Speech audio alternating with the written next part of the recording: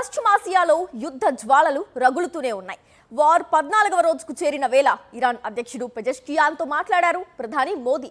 ఫోన్లో చర్చలు జరిపిన ఆయన యుద్ధ తీవ్రత పెరగడంపై ఆందోళన వ్యక్తం చేశారు.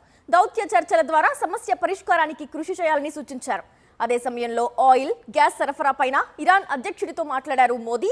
28 భారతీయ షిప్లు హర్ముజ్లో చిక్కుకున్న విషయాన్ని గుర్తు చేశారు. వాటిని సఫ్ పాసేజ్కు అనుమతి ఇవ్వాలని కోరారు. ఇప్పటికే భారతీయ జెండాతో ఉన్న నౌకలకు హర్ముజ్ ద్వారా వెళ్లేందుకు ఇరాన్ పర్మిషన్ ఇచ్చింది. పశ్చిమాసియాలో యుద్ధం 14వ రోజుకు చేరింది. దాడులు, ప్రతి దాడులతో వెస్ట్ ఏషియా అట్టుడుగుతోంది. దుబాయ్, యుఏఈపై వరుస దాడులు చేస్తోంది ఇరాన్. దుబాయ్ ఫైనాన్షియల్ క్యాపిటల్లోని భవనాలను డ్రోన్లతో టార్గెట్ చేసింది. అంశానికి సంబంధించి ఓవరాల్ గా పూర్తి అప్డేట్స్ అందించేందుకు మా కరెస్పాండెంట్ వెంకటేష్ ఢిల్లీ నుంచి లైవ్ ద్వారా జాయిన్ అవుతున్నారు. వెంకటేష్, చెప్పండి, ఇప్పటికే యుద్ధం 14వ రోజుకు చేరింది. 2 తెలుగు రాష్ట్రాల్లోనూ గ్యాస్ కొరత వెంటాడుతోంది. అసలు ఓవరాల్ గా యుద్ధానికి సంబంధించి అప్డేట్స్ ఏంటి?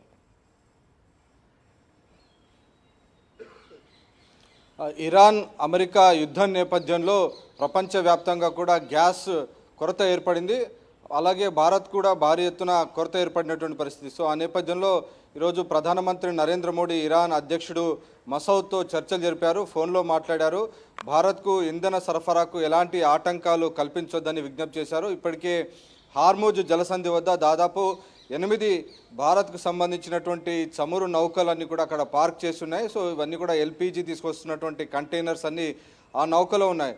సో వాటన్నిటిని కూడా చాలా సురక్షితంగా ముందుకు వెళ్లేందుకు అవసరమైనటువంటి సహకారాన్ని అందించాలని ప్రధానమంత్రి నరేంద్ర మోడీ ఇరాన్ అధ్యక్షుడు మసౌద్కు విజ్ఞప్తి చేశారు. అలాగే శాంతి, సుస్థిరత ఏర్పడాలంటే ఖచ్చితంగా చర్చల ద్వారానే ఈ సమస్యకు పరిష్కారం ఏర్పడుతుంది కాబట్టి ఆ మేరకు దౌత్య మార్గాల ద్వారా సమస్యను పరిష్కరించుకోవాలని విజ్ఞప్తి చేశారు. అలాగే రోజుకు యుద్ధ తీవ్రత పెరగడం పైన తీవ్ర ఆందోళన వ్యక్తం చేశారు.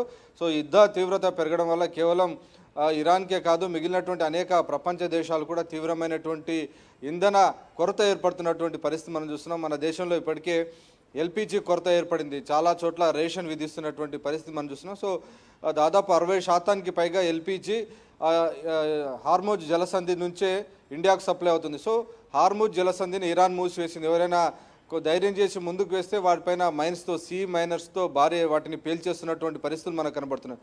సో ఆ నేపథ్యంలోనే ప్రధానమంత్రి నరేంద్ర మోడీ స్వయంగా జోక్యం చేసుకున్నారు, ఇరాన్ అధ్యక్షుడితో మాట్లాడారు. భారత్కు సంబంధించినటువంటి నౌకలన్నీ కూడా హార్ముజ్ జలసంధికి అతి సమీపంలో ఉన్నాయి కాబట్టి వాటన్నిటిని కూడా సురక్షితంగా తీసుకెళ్లేందుకు అవసరమైనటువంటి సంపూర్ణ సహకారాలు అందించాలని ఆయన విజ్ఞప్తి చేశారు. సో దానికి ఇరాన్ ఏ మేరకు సంసిద్ధత వ్యక్తం చేస్తుందన్నది మనం చూడాలి. మనం ఇప్పటికే హ్యుమానిటేరియన్ గ్రౌండ్లో ఇరాన్కి సంబంధించినటువంటి ఒక నౌకను కేరళలోని కోచి వద్ద డాకింగ్ చేసేందుకు భారత్ అనుమతించినటువంటి పరిస్థితి మనం చూసాం. సో ఇరాన్తో కొంత సత్సంబంధాలు మెయింటైన్ చేసేందుకు భారత్ ప్రయత్నాలు ఇప్పటికే చేస్తుంది. ఆ మేరకు మానవతా కోణంలో ఇరాన్కి సంబంధించిన నౌకను పార్క్ చేసేందుకు భారత్ అనుమతించింది. సో ఆ నేపథ్యంలో ప్రధానమంత్రి నరేంద్ర మోడీ కూడా ఇరాన్తో మాట్లాడి ఎల్పీజీ సరఫరాకు ఎలాంటి ఆటంకాలు జరగకుండా చర్యలు తీసుకోవాలని ఆయన విజ్ఞప్తి చేశారు. ఇంకోవైపు మాత్రం ఈ ఇరాన్ అమెరికాల కొనసాగుతున్నటువంటి యుద్ధం మాత్రం ఇంకా తీవ్ర స్థాయిలో కొనసాగుతున్నటువంటి పరిస్థితి. అలాగే ఇరాన్ తాజా లీడర్ ముస్తఫా ఖమేనీని కూడా చంపేందుకు భారీ ఎత్తున దాడులు చేస్తున్నారు. ఇప్పటికే ఆయన గాయపడ్డారనేటువంటి సమాచారం వస్తుంది. సో ఆ నేపథ్యంలో ఇజ్రాయెల్ కూడా ఒక ప్రకటన చేసింది. ఇరాన్ కొత్త సుప్రీం లీడర్ ఖమేనీ ఎవరైతే ఉన్నారో, సుప్రీం లీడర్ ఖమేనీ తనయుడు ముస్తఫా ఖమేనీ ఆయన తీవ్రంగా గాయపడ్డారు, చావు బతుకుల మధ్యలో ఉన్నారని చెప్పారు. సో ఆయన బతికున్నారా లేదా ఆయనకు సంబంధించినటువంటి సమాచారం పైన ఇంకా అయోమయంగా కనబడుతున్నటువంటి పరిస్థితి. సో మొత్తానికి ఎవరైతే ఇరాన్ సుప్రీం లీడర్ పదవిలో కూర్చుంటారో వారిని అందరినీ చంపేస్తామని డైరెక్ట్గా ఇజ్రాయెల్, అమెరికా వార్నింగ్ చేస్తున్నటువంటి నేపథ్యంలో ఈ యుద్ధ తీవ్రత మాత్రం పెరుగుతోంది. మనం చూసాం నిన్ననే ఇరాన్ అధ్యక్షుడు మసౌద్ కొన్ని షరతులు విధించాడు.